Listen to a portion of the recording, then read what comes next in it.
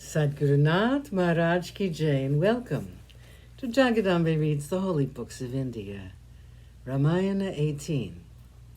As you may remember, Vasishta told Dasaratha, send Rama with Vishvamitra or lose all your punya. Send Rama with the Rishi and save your name and that of your family. This illustrious son of Kaushika will guard Rama like the wheel of fire does the pot filled with Amrita. No Rakshasa can approach this son of yours, however mighty he may be. I am sure of that. Vishvamitra is the very image of Dharma, and he is a great man. He is a man of great intellect, and his tapas is his wealth. He is proficient in all the Shastras and the sacred lore. No one in all the three worlds can gauge the greatness of Vishvamitra.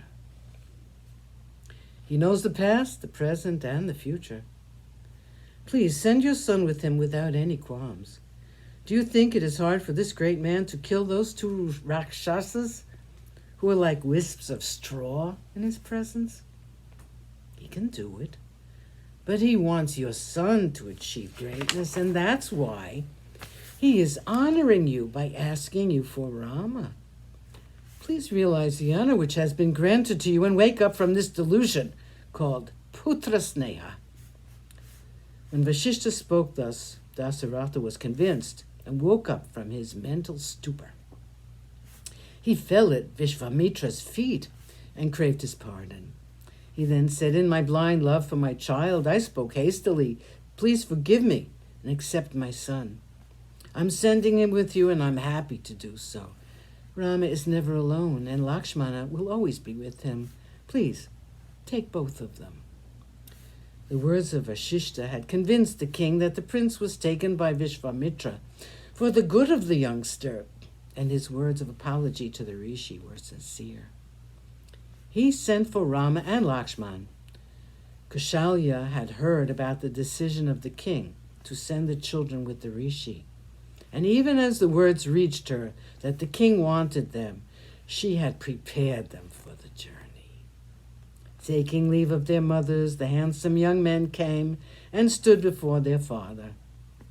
They saluted all the rishis in the great hall, and then they prostrated before their father. They were so handsome that Vishvamitra could not take his eyes off their faces. Rama was dark like a blue lotus, and Lakshmana was fair. Both had long, liquid eyes, and their smiles were bewitching. They stood with folded palms in front of their father. Dasaratha said, my dear Rama, Lakshmana, the great sage, Vishvamitra, has come to me with the sole purpose of taking you with him. Go with him and obey his commands in every way, as you would mine. The children spoke not a word, but went and stood by the side of the rishi, after saluting their father and the others in the hall. The wind blew softly and gently, and all the omens were good when they left the palace. All those in the hall went up to the doorway to bid adieu to them, and they were amazed to see the rain of flowers from the heavens and the distant music of heavenly drums. Vasishta looked at the king as if to say, I told you that it's good for your sons that the great Vishvamitra came to you, asking you to lend them to him. 9. Vishvamitra and the young princes. Vishvamitra walked in front, and he was followed by Rama with a bow in his hand, with a sword at his waist, and quivers fastened to his shoulders. Attired similarly, Lakshman walked just behind Rama, and the citizens saw with their eyes wide with wonder at the beautiful spectacle. The rishi like a sacrificial fire, and the two young men like smokeless flames leaping out of it.